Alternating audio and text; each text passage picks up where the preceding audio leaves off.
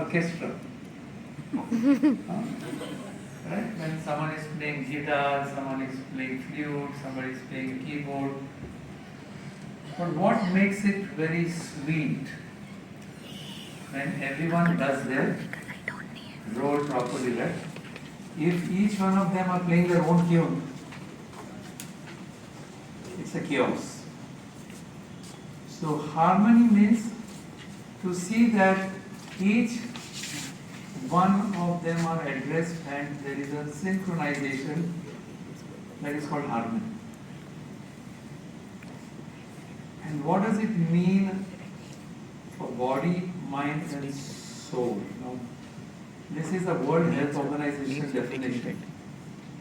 But there are some things which we very easily know. That we know the body. But beyond the body is not much discussed. Again, mind is also not a very well-developed subject. No doubt now, psychology, psychiatrists, they are developing. Have any space for that? And the spiritual part is, of course, not at all discussed. So, World Health Organization also says that it is not just the physical part. Physical health is very much important. How many of you have fallen sick in life? Do you remember? Like what we are going through when you fall sick? You can't do what you want to do. You become so self-obsessed with yourself, with the problem. What to speak about the doctors, the diagnosis, the treatment, the anxiety. The finance is not a very pleasant thing. That is physical health. But you mean just, even if you are physically very healthy, does it mean you are really healthy? Just being physically healthy. You see that most of the people who commit suicide, they are physically healthy people. So there is another component to this body is called the mind, the very complex thing, which I thought I'll not ask, but I'll ask. How many of you thought any time in your life to commit suicide? I don't want to raise it. The thoughts must have come, right? From where these thoughts comes, it comes. So this is what is mind. It's a very complex thing. But it builds up through our thoughts, our ideas, our belief, our what impressions we are carrying, what likes, dislikes we have. Based on that, we act. So this mind is an interface between this physical body and something which is deeper down, inside, the consciousness, the soul. So the consciousness expresses to the outside world through the mind. So the mind is not the root of consciousness, R-O-O-T. It is the R-O-U-T-E, root of consciousness. So whatever you perceive depends upon what is the state of your mind. What type of impressions are there in the mind will determine how do you perceive the world. What is your attitude? What do you like? What you don't like? And that reflects as actions, and the actions will determine your destiny, how you believe. So it's very important to know that all these three things are properly harmonized. Another experience for all of us, we know that we are here, we all are very scientific minded people, and the way we are making progress, especially technology, communication, rapid advancement, isn't it? And why all these things are rapid technology, for what purpose? So that humankind is relieved of misery, isn't it? Do you all agree? There's no misery now? Today I was talking to our school students, because I was there in the farm. I was talking that what was village life originally? You know, you heard about simple life and high thinking. That was also one type of a life. You know, you live what is needed for the body is maintained, and you have some higher purpose in life. But as technology progresses, we have so many things happening. But what is happening overall? The society, the quality of life, what has happened? So this is what was the mental problem I spoke about. The anxiety, the depression, psychotic disorders, the paranoia, anger attacks, what to speak about, suicidal tendency. We can still go further about emotional aspect, about relationship issues, marriages are not stable, loneliness, can go on and on and on. It is easy to handle physical problems, but it is very difficult to handle mental problems. Because mental problems are something which you don't know from where it is. Physical problem can be measured, right? You can get a blood test, you can do an X-ray, you can do MRI. Is there anything to find a mental problem? It's just in your thoughts, in your beliefs, in your attitudes, in your values, how you behave. So unless this is addressed, there is no proper harmony. And when there is no harmony, this is what will be seen in the society. Everyone is in his own complex state of mind. And I'm asking you that how many of you have in your life you felt you acted impulsively and then you realized that why did I do that? You regret. Has it happened to you? So what is that force within which makes you act like that? Do you have any control? So that is, there is some force within. And you regret after the action has been done. So is there a need to control that force? So in ancient Vedic wisdom, it is said, this mind can be a friend or it can be an enemy. But more important than that, this mind should be used as a tool to raise or deliver oneself. Not the mind should be used to degrade oneself. So if you are not very careful about knowing the potential about the mind, how the impulses arise, what type of thoughts, feelings, there is a high chance that we may land up doing some activity which is self-destructive.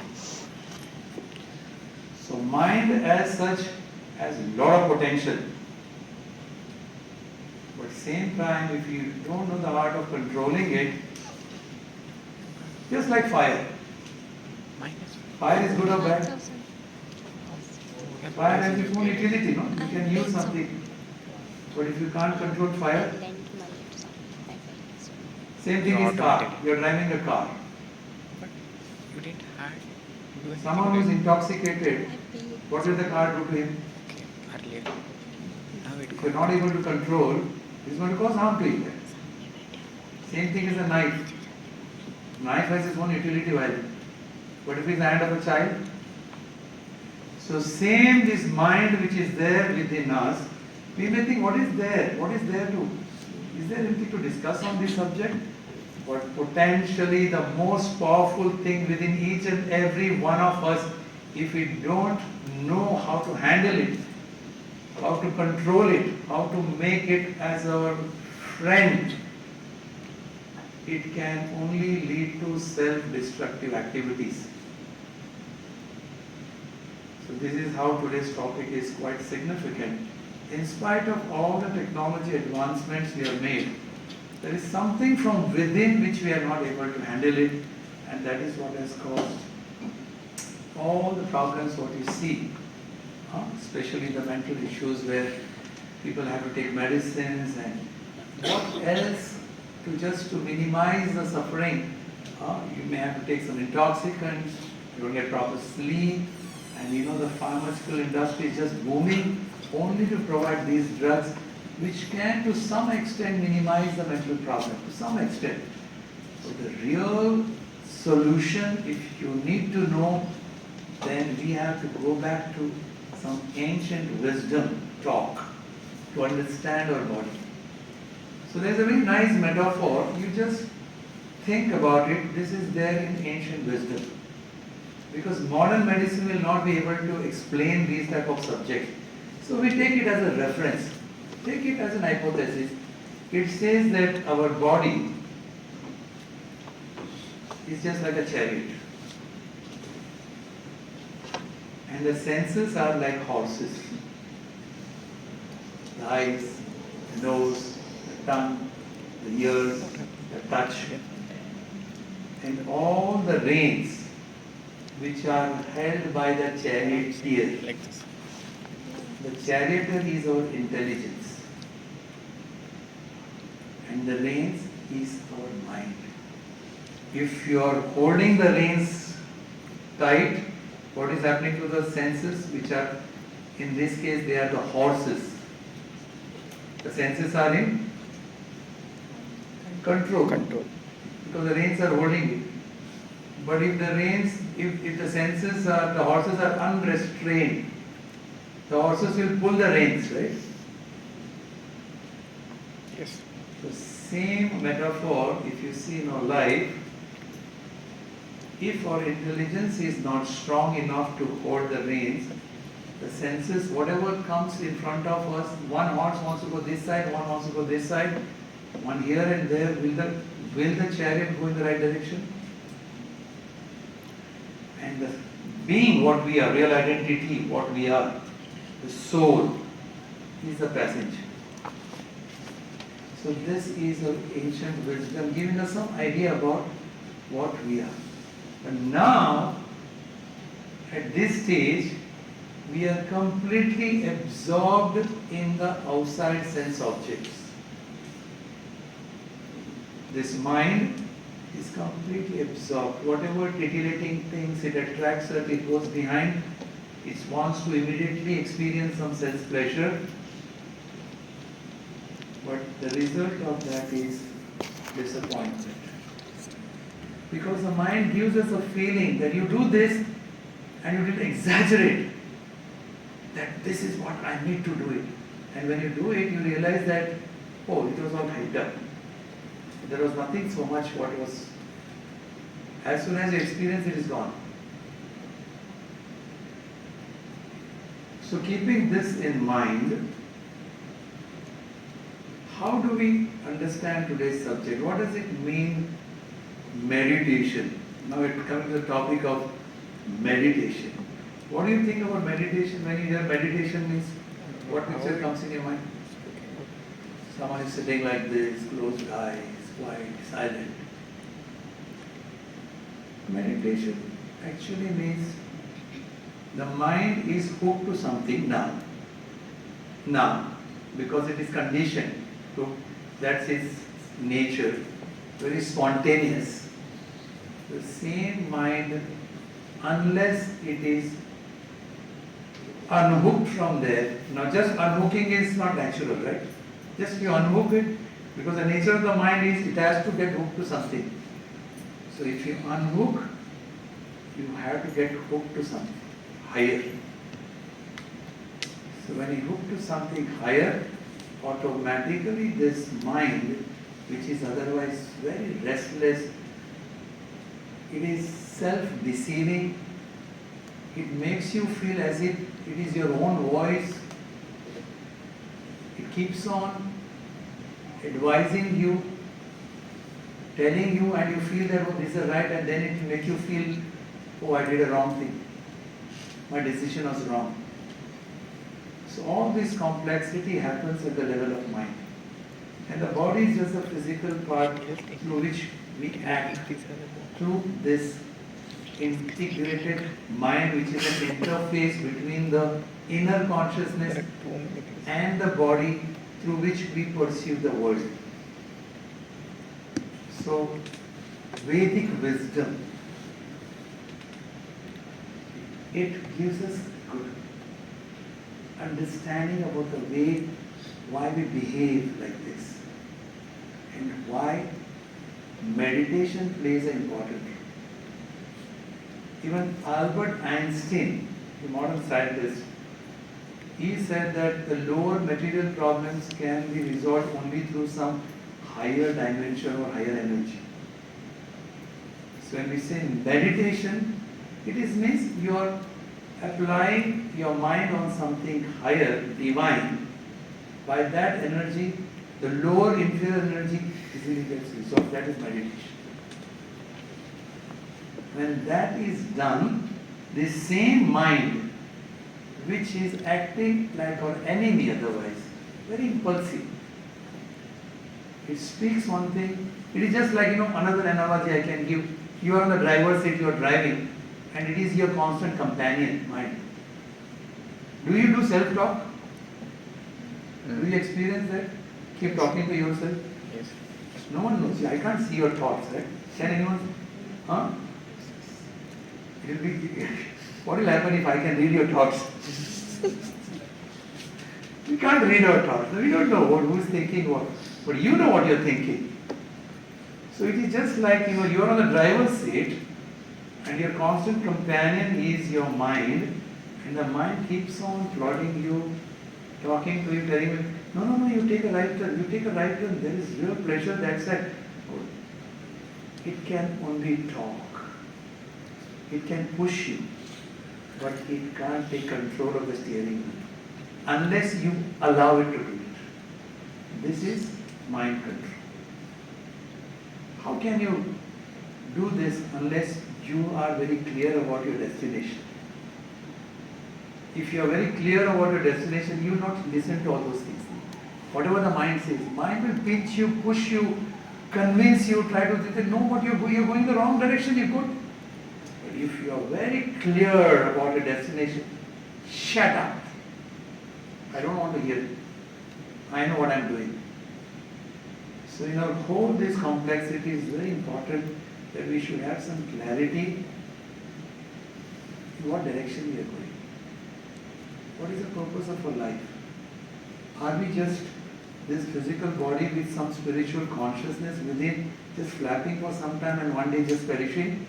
Or is there a purpose? What do you think? This body is perishable, everyone agrees?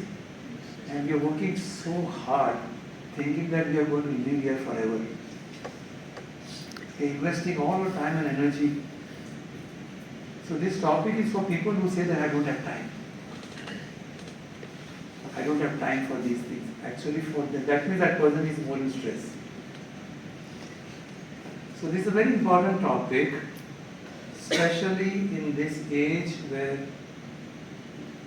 so much of stress, hypertension, and emotions reflecting on the physical body, and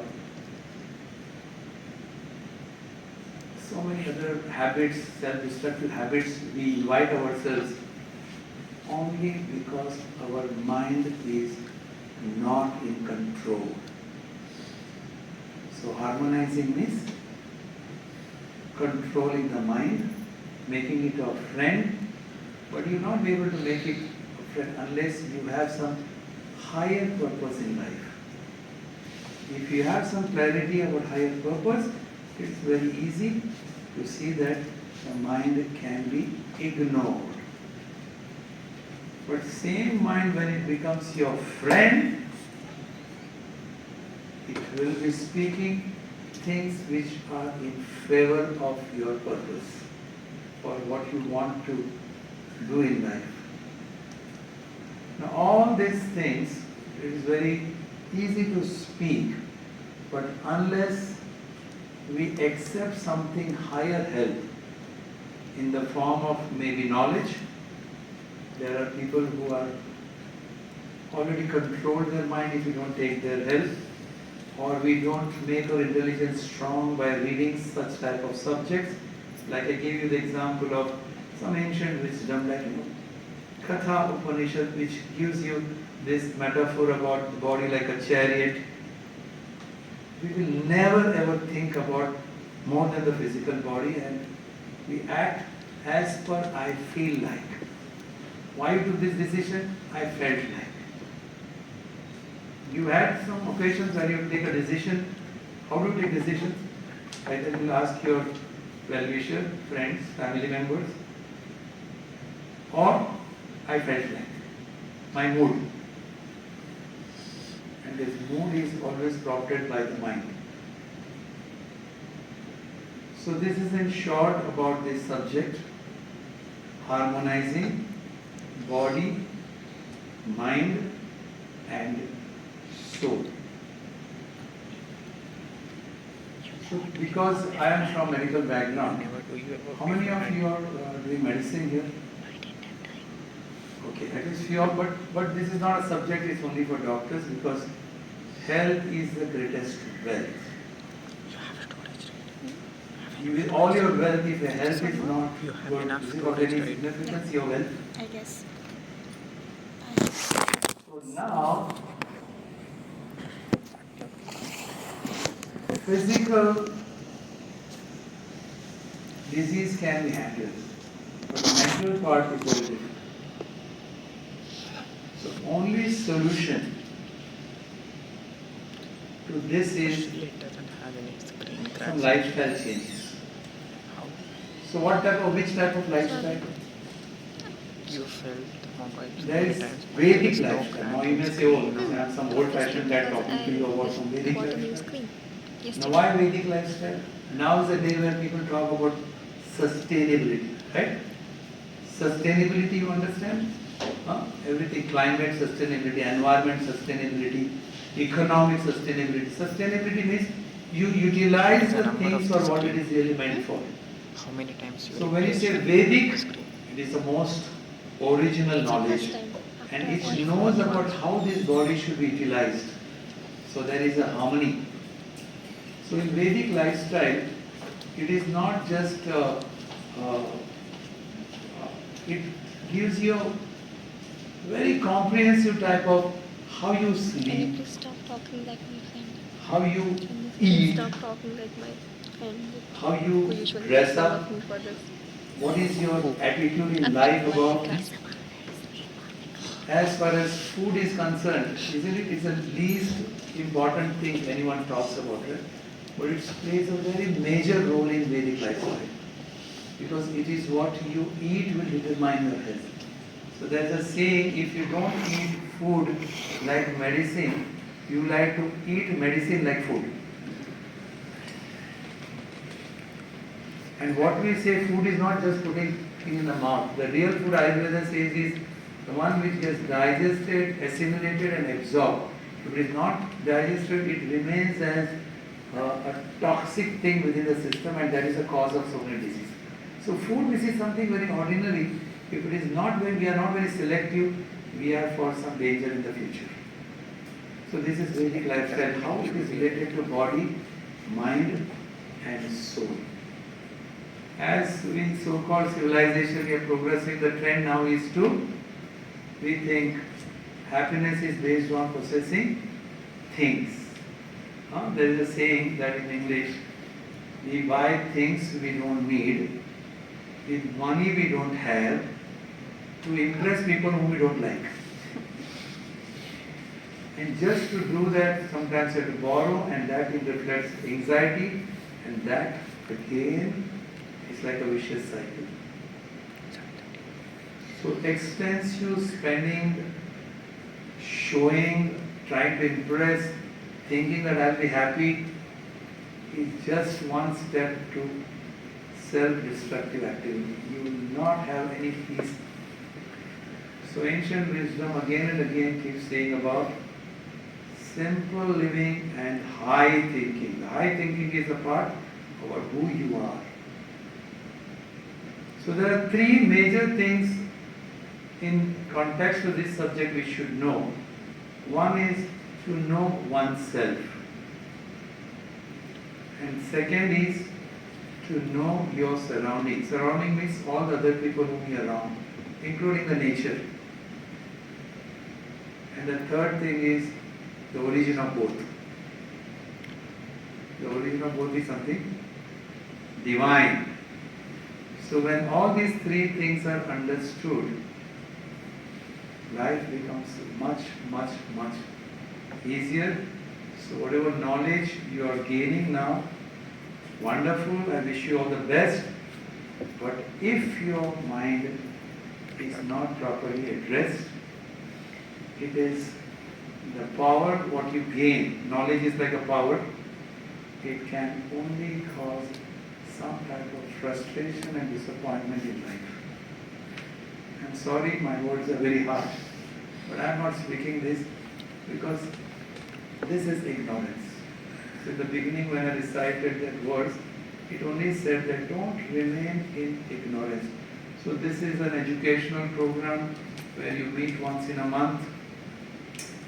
And my best wishes to all of you to just ponder on this subject, become a little introspective to know yourself. Finally, you have to fight your own battle. Things will keep changing around you. And if you don't have knowledge, you have not developed the art of how to control your mind, how to make your mind your friend, you are going to be in trouble. So the last thing about the meditation, you may say, oh, meditation means something very religious or traditional. No. It's very scientific. Meditation means the mind which is otherwise hooked to things which are now very much it is attached to. Unhook it and hook it to something higher. So when you do meditation means you are fixing the mind on something higher, something divine, some subjects which is higher, which was what you celebrated, Janmashtami. The festival mood where everyone came around and they were engaged in doing something, so your mind was engaged in it. Even though you may not know the details about how it is going to affect you, but this is a scientific, Vedic significance of having such type of activities more often in our life. So it gives a mind an opportunity to rise above and hook to something higher. So you can take out the mind. Mind anyway it has to be hooked. It can't remain like this. So that is meditation. So today's age, especially so-called Kali Yuga age, what you say, there is no proper facility for anyone. The lifespan is very short. Can't do those meditation which people ancient days they would sit at one place with their back straight. Can you do that? So there is a very simple process which is called mantra meditation, which is strongly recommended for the age of what we are living in. Just the sound vibration when you chant a mantra, it goes right there and hooks the mind to that spiritual energy and releases it from those attachments which is the cause of disturbance. So in this sense the topic is how through meditation you harmonize the body, the mind and the soul. When all these three things are properly aligned, that is real holistic health or spiritual health. Of course, it doesn't come just by doing meditation. Same time, you also cultivate some qualities like forgiveness, tolerance, kindness, belief in scriptures, belief in some higher power, and what to speak about your other lifestyle issues, what to accept, what to not accept, what to eat, what not to eat. So when all encompassing, lifestyle you adapt, then this topic has got some significance. Just meditation also is not enough. Along with meditation, there has to be some changes in our lifestyle. So that is the scope of today's many things. Because of lack of time, I can't go. So we have another illustrious speaker. Mr. Avant is here. So he will take over from here on this subject. So I again express my gratitude for being here, to all of you for giving this opportunity, and I wish you all the best in your career. But please remember that your knowledge and this naturally you will have But if you have not developed the art of understanding and effectively applying in your life of how to make your mind a friend, there is something which you should be aware of. It can be disastrous. This is the message I need to share with you. From my own experience, whatever I have experienced as a practitioner, I can share with you saying that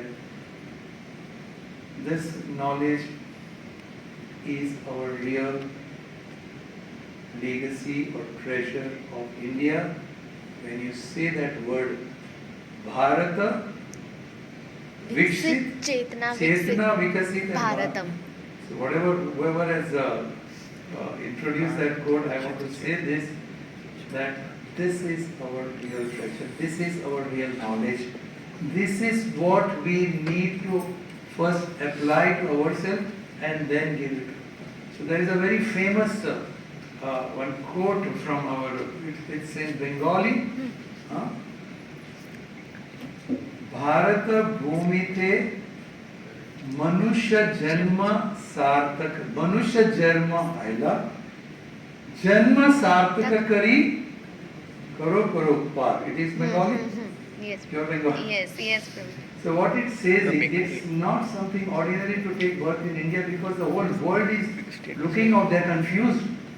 So much of development, everything has been done, but why this frustration and all the psychological problems and mental issues where WHO has already declared that the number one health disease is going to be mental problems. So it goes to each and every one of us because you have taken birth in India. Bharat. We say we are Bharatiyas. But just saying Bharatiya don't become Bharatiya, you have to take up this responsibility. Here. First you do, Janma Sarthaka Kari, means you have taken birth. Now with this knowledge, this understanding, Vedic wisdom, become a little introspective to know that does it make any sense in my life to apply this and utilize it, bring some changes, and then you can bring welfare in others, which is very much needed, and the whole world. Thank you very much. Thank you.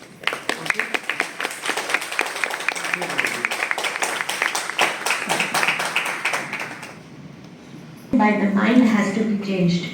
The mind is the pivot of active sense organs, and as such, if the quality of thinking, feeling, and willing is changed, naturally the quality of actions by the instrumental senses will also change.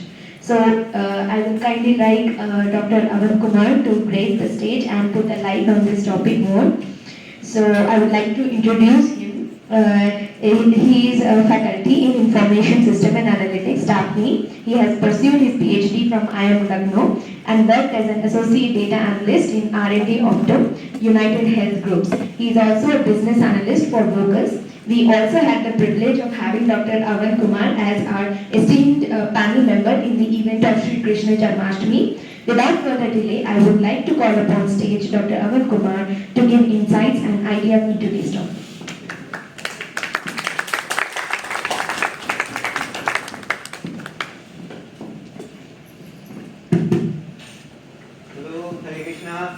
Hare Krishna. How are you everyone? How are you everyone? Maybe I'll come here. Okay, I understand it's a Monday and 7:13. Maybe hungry also. Yeah. So don't worry, I'll not take a lot of time and I'll be quick. So why are we here? Because we want to be happy. Something has not been working out, figuring out that. So came to Manipal to pursue a degree. Probably that will make me happy. Probably the pursuit of degree, not the degree itself, will make me happy. The college days, there are songs about it, right? And I still be happy.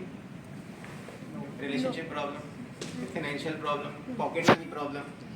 You can make a list out of it, right? And we can go on and go on. Then we understand, the college days are not free of misery. So when we will be happy? And something might have gone wrong. Many of us are from engineering background, many of us are from medical background. engineering people start making equations, what is the variable that is not working? And still try to figure it, optimize it, and likewise things for medical people. We are trying to pursue something here that would effectively give us a lifestyle, money, car, medical facilities. There are essentials.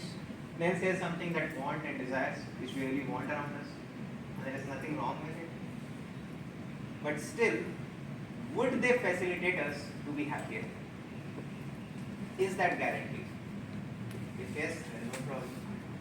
But empiric says, data says, as sir was mentioning, that mental stress, I'm leaving all the mental problems aside, just talking about mental stress. Are you guys not stressed these days, midterm exams? Right? So mental stress leads to many other biological problems. Our doctor friends, medical people here can, very nicely tell that how many body deficiencies are occurring just because of mental stress. This can also give stress. So there are so many things that are instrumental to our mental stress. There is one statistics that says that every 24 seconds there is one suicide because of mental stress. Go to our prestigious institutions, IITs, and the Kota factory, and there is huge count of suicide. Although that is a very extreme but real outlier, still in the spectrum, the middle of it, which is where we lie, our life is full of stress. Some know, some don't. Right? And how we cope with stress? We engage in the thought process. And what do? Come up with more negative and waste thoughts.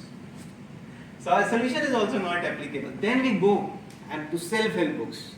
So many self-help books. And so many influencers on YouTube, right? Have you heard this one line? If you have a problem, why worry? Right? Because you can do something about it. And if you can't, then why worry? Right? So, feels nice, right? We feel nice hearing about this. That if I have a problem and I can do something about it, why worry? And if I can't do something about it, why worry? Now tell me this. Tomorrow, after remembering this one-liner, can you be free of stress? But this is logical, no? That still you will not be happy. Why so? Because there is an active force within us. The nature of mind is it is active. Like sir was mentioning the analogy that there is a chariot carried by 5 horses, and the reins and charioteer, there's intelligence and the soul who is traveling in it. So much for travel, so complicated, right? And there is a mind which, if uncontrolled, can lead you astray, right? And nobody need tell us that you have already uncontrolled mind. But still, I would like to just elaborate that yes, we have an uncontrolled mind. It is required that actually we acknowledge this, that we are uncontrolled, we are vulnerable, not just rationally but also emotionally. And that vulnerability, which is often not acknowledged, and facing the head-on with stresses, ends up in a messed up situation where we cope in unhealthy ways. 1 cigarette, 2 cigarette, engineering boys, engineering girls, right? Any problem, open the first button of shutter and just smoke, right? That's our solution. But are those solutions healthy? No. But the question is, who is coming up with that solution? The answer is mind. So I have an acronym, that is MIND, for explaining us that how mind is an enemy. So M stands for misdiagnosis. M stands for misdiagnosis. Now many of you are from medical background, you understand the word diagnosis thoroughly, right? And what I know a little bit of it to understand the right cause underlying, right? I had a friend when I was working in hospitals before my PhD, and he used to have very severe headaches in the morning when he used to wake up, and he started getting treatment in Delhi. 6 months of treatment and hardly any improvements. this guy, and I was talking, his name was Ashish. His name is Ashish, I'm not in touch. So somehow I had a very good experience with the hospital known as Max in Delhi, Max Saket. And so I said, why don't you go there once and see for yourself if it works. So my friend went there and went to the doctor and everything. And after a couple of weeks, we again interacted. So how is the treatment going on? So he told me something which I still remember. He told me that actually the previous doctors, the Max doctor told him that his diagnosis had something related to his stomach, because of which he was having all those head problems. And all the medicines he has been administered was considered the problem lies somewhere here. So this doctor who can treat now for the right cause has to do extra effort to undo the damages they have done. Likewise, in our day-to-day activities, mind gives a diagnosis. This guy is showing my attitude. Let me show some attitude. Right? Diagnosis, solution. Diagnosis, solution. You have any solution, anything you write on your keypad, right? Mobile keypad. And there is an autocorrect option. You write news, there is need. Happens, right? Likewise, mind does. This solution, before you even realize, there is an active component answering, active force answering, just shout. Just smoke it out. And so many things like that, which are unhealthy. The question is, would your friend like to come up with an unhealthy diagnosis and an unhealthy treatment? Who would like to do it? Naturally and anyway. So mind is an active anyway. Say, have you looked at the careers? Do you follow some sports, cricket, football, anything? Cricket. Cricket, football. Now you can recollect incidents in World Cup or in FIFA Cups where on slight provocation, a sports person who has worked day and night very hard, sacrificed sleep every day morning, went for exercise, restricted diet and everything, and just in one moment of provocation, happened to physically assault other sports person and losing out their dream, right, winning that cup and etc. Question is why they happen to act that way at that moment when they have years together spent life of effort, sacrifice and dedication. There has to be an active force, and that force is mind. So when this mind is uncontrolled, we always encounter situations which have misdiagnosis again. Whereas when mind is controlled, say for example, have you heard this anecdote of Socrates? Socrates, usual philosophers like to talk a lot. He was talking around and his wife got angry and she came from the terrace and started shouting. Now guys, this is a very big event. Imagine when your parents scold you in front of your friends. You are being okay scolded, but not in front of friends. Right? Prestige issue. That matters. And this guy, Socrates, is being scolded in front of friends. Imagine the kind of ego issue is there. And this guy, how he responds. There is a lot of noise coming from above. Perhaps the clouds are thundering. And everyone laughs. After some time, this philosopher doesn't understand a warning signal. So wife comes and put a bucket of water on it. Now this is another level of humiliation. In front of friends. Matters? Right? Right. And this guy responds, the clouds started raining. So what is the difference? There is a mind which is uncontrolled and there is a mind which is controlled. Let's go to I, indirect. Many of you are pursuing engineering and medical MBBS. Want to go to US, write MS and specialization in medical fields. So you have a vision, right? And then there is plan making and do this. Then implementation. As soon as you start implementing, there happens problem. And after problem, you know what happens? Drama. There will be some issue like my room neighbor is keeping the lights on. My room neighbor, my professor, X, and you have plenty of scripts going in your mind that why this is not happening. And this is the nature of uncontrolled mind. That will keep bringing you from drama to the problem stage and keep you engaged in playing game. Whereas controlled mind comes and help us to focus on our initial vision. You know Mahabharata example.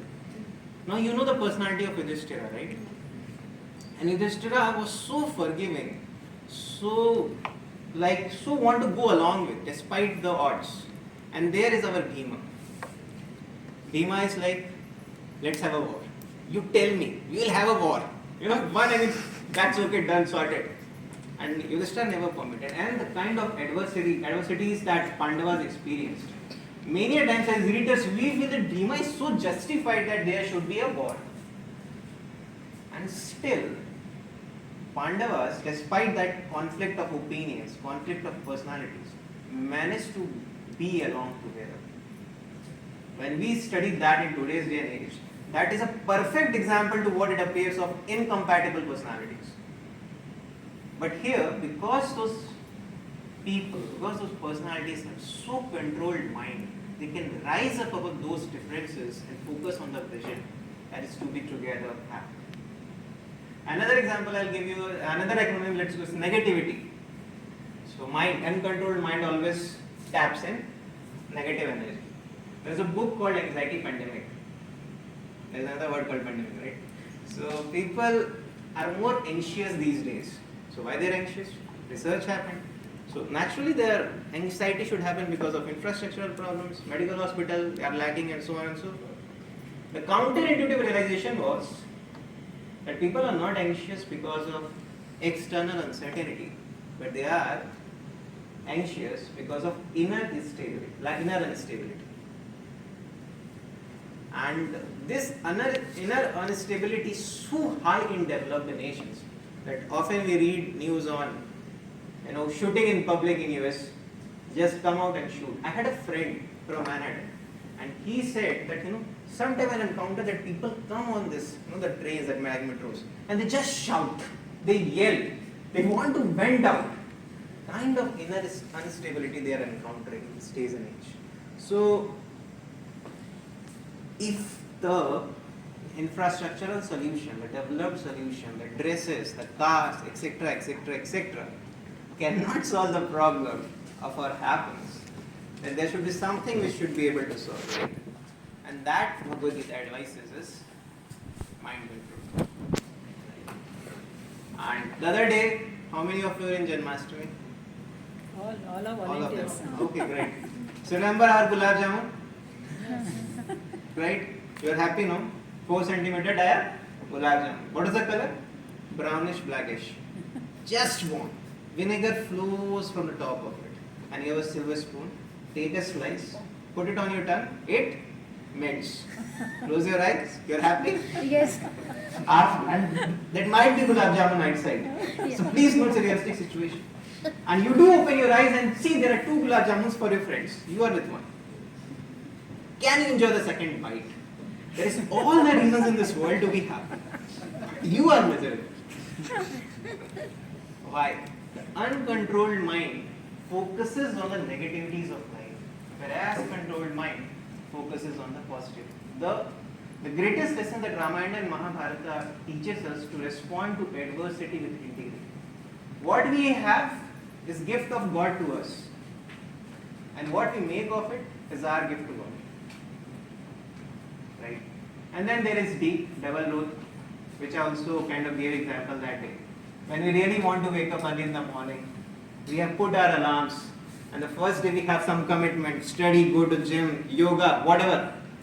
And first day you do it, second day you do it, third day you do it, and fourth day mind says, you're so good, a champion, you're the best, just sleep today. And fifth day mind says, still positive, 3 minus 1 greater than 0. Sixth day, 7th day, 8th day says to you, you've never been good for anything in your life. Remember how many commitments you have taken? Have you sustained that? Mind kind of actively brings your confidence and morale very low. So that I was saying that the lack of confidence is due to overconfidence in the cynical mind. Right? And therefore, if we can understand and appreciate that there is an active force, nature of force is active, that is mind, that is so subtle, so layered and so complicated with one purpose, pinpointed attention, pinpointed purpose. On what? To make us miserable.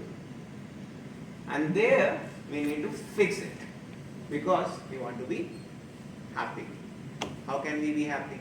People tried IQ, they are intelligent, we will be happy. Are we? People came with EQ, emotional quotient. I channelize, I handle my emotions, I handle your emotions. You know, I will talk to you, you will talk to me, we'll be goody and all those things. Does it sustain? Placement come in engineering college and then you see relationships. Right? Then there is something called a spiritual quotient. Spiritual quotient is about connecting to the deeper purpose in life, the deeper realities in the life, the higher forces in the life. And that is the example of transformation of Arjuna. Arjuna comes in the beginning and he has all that, he has degree from Dronacharya, the most reputed. And we say that we don't need degree, you need network in today's days to make, advance in the managerial positions. Arjuna had network in heavens, super network. So as he had economic capital, he had symbolic capital in him, all the capital Arjuna had. Yet this guy, at the most important junction of his life, is confused and miserable. Who are we? So the problem statement was same 5,000 years ago and still it's the same. That we want to be happy. By our own efforts, we are miserable. No matter what we type. No matter how rational we act, no matter how emotional we act. But it ends up having miserable. Why miserable? Because we are having mental stress. That's why. So, cultivating the spiritual quotient is the solution. As Arjuna shows in the end of Bhagavad Gita, Krishna asks, Kashyadeshta Shrudpatha Tvam Ekagrena Chetasha Kashyadajnana Sammoha Pranashyati Te Dhananjaya. Arjuna, have you heard it? With 1 point attention. And if you have heard it, then your ajnana and sammoha, sources of misery, ignorance, would have been dissipated. And Arjuna replies in 18.73, Nashta moha smritir labdha tvat prasadat mai achyuta. That all my sources of misery have been eradicated. How? Just by degree? Just by social network? No. Tvat prasadat mai achyuta. By the Krishna factor, by the blessings of Lord Achyuta. And now he is well established and he can carry out the will of the Lord. That's a transformation. That was 5,000 years ago, few decades back. Have you heard about Wilma Rudolph from Tennessee in the United States? So Wilma Rudolph, when she was born, very early age she was diagnosed that she would not be able to walk in her life. And her mother, Blanche Rudolph, she was talking to her daughter. And imagine yourself as the mother. And this daughter, Rudolph, says that, Mother, I don't just want to walk, I want to run. And what, as a mother, you can say to her? And her mother says that, don't worry, have faith in God. God will empower you to do it. And in this way, her mother cultivated spiritual quotient in Wilma Rudolph. And she started persevering, persisting, to meet that walking and running goal. And she started eventually walking.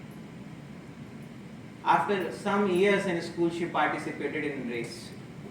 And guess what? Did she win? No. She could barely complete the race and people started laughing at her, mocking her. And you know how bullying happens, especially in Western nations. Right? And second race, third race. Years after years, she was bullied, mocked and everything. But because she had very high spiritual quotient, in 1950s, she ended up winning 3 gold medals in Olympics.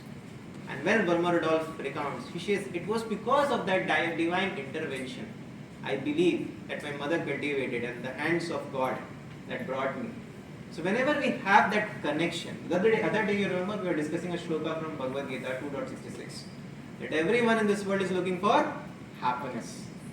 Say after me, everyone in this world is looking for Happiness. But what is the question of happiness without peace? But what is the question of happiness without peace?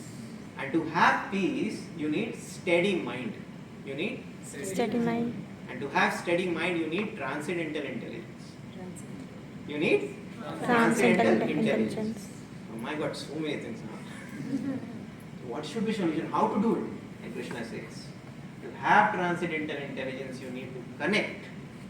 Mind the word, connect to the Supreme Lord. And this meditation is a process to connect. And how we will meditate? How, because of such events, we are nourished that we should meditate. Anything, like it's not a study, you want to be motivated, and talk helps, discussion helps. So in this way, if we meditate, we will be able to channelize our mind, and we will have a very foundational, strong foundations in our life. And one counter argument you can always give, that's look, I have mental stress, right? But that's okay. Chalta hai, manageable, you know. It's okay. अभी suicide की नौबत थोड़ी ना है. जब आएगी तब देखेंगे. But something I can tolerate, right? And otherwise, other counter argument is, say I have very good qualities. So positive minus negative, no, certain positive minus negative is still positive. I should be happy. And again, scripture says, Yashaste bhakte bhagavate akinchana sarver gudes tatra samasita sura harava bhakto kuto mahat guna manorathena siddhavate vahi. In one line it says that people who have not that spiritual quotient, their foundation for good qualities is very shaky. Very shaky. Why it's so? Because the mind, the chariot, is quite empowered to run in extra directions. You know, manorathena, man ke rath pe sawar hoke, just go in any direction. You might be very sense controlled, but your intentions might change when you find the right opportunity. And that happens. Right? So, you take counter argument, you take argument. The essence that we come to conclusion, the verse of Bhagavad Gita, that for a pursuit of happiness, we need to connect to the Lord. And the process, that was mentioned, the root, R-O-U-T-E, is by controlling the mind. And that happens in meditation, which requires practice. And to practice, we require motivation, talks, and association. Help us see through the problems. Thank you. Hare Krishna.